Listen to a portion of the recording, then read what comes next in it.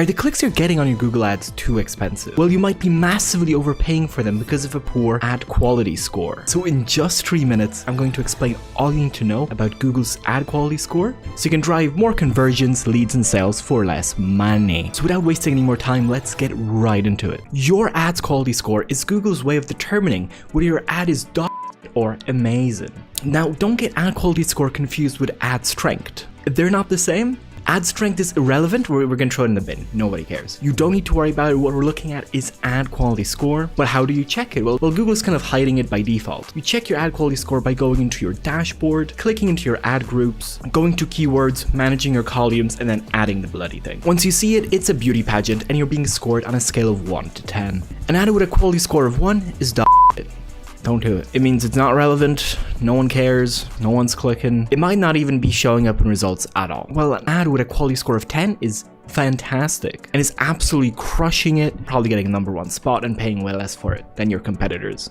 How is Google determining any of this? Is this a fake number? Should I care? Does any of it matter? Like with all things Google, it goes back to the one thing, the all-powerful god of relevance. You just want to be as relevant as humanly possible. Effectively, the more relevant your ad is to the search keyword, the higher its ad quality score. But how does Google determine if it's relevant or not? So in determining the score of your ads, you'll look at three things. Part 1, the keyword. So quality scores on a per keyword basis. So it'll check all your ads against all your keywords that you have selected for that ad. So, which means the same ad can have a score of 10 on one keyword, but a score of 2 on another keyword. Part 2 is your ad. The ad copy, the images, everything like that. How relevant is the query? If it is very relevant, Google expects a very high click-through rate, even compared to competitors.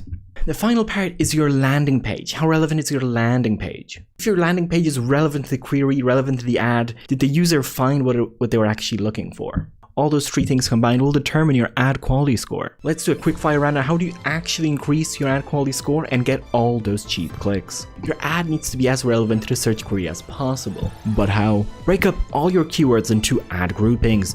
These are groupings of keywords which are very similar to each other. Bundle them together into ad groups, rinse and repeat until you have like 3 or 4 ad groups. Now you make a separate ad for every single ad group. Now your ads are going to be a lot more relevant. They're not going to be as broad or generic. Next, you want to make sure your landing page is relevant to all those ads. You never want to send your traffic to the homepage. It's all going to be too generic, too broad, trying to do too many things. You want much more specific pages for your traffic to land on. That's why you make landing pages that you land on. In a perfect world, you would have a landing page per ad group, but that takes time, it's a hassle, whatever. Generally, 1 or 2 is fine. It's going to be more relevant than your homepage anyway. This will massively increase your quality score and also your conversion rate if you're using your homepage for whatever reason.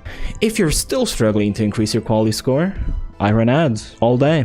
If you want a free consultation, you can check out my website down below or shoot me an email. Or if you have any questions, any nerd questions about Google Ads or whatever, I can answer them in the comments below, or if you send me an email,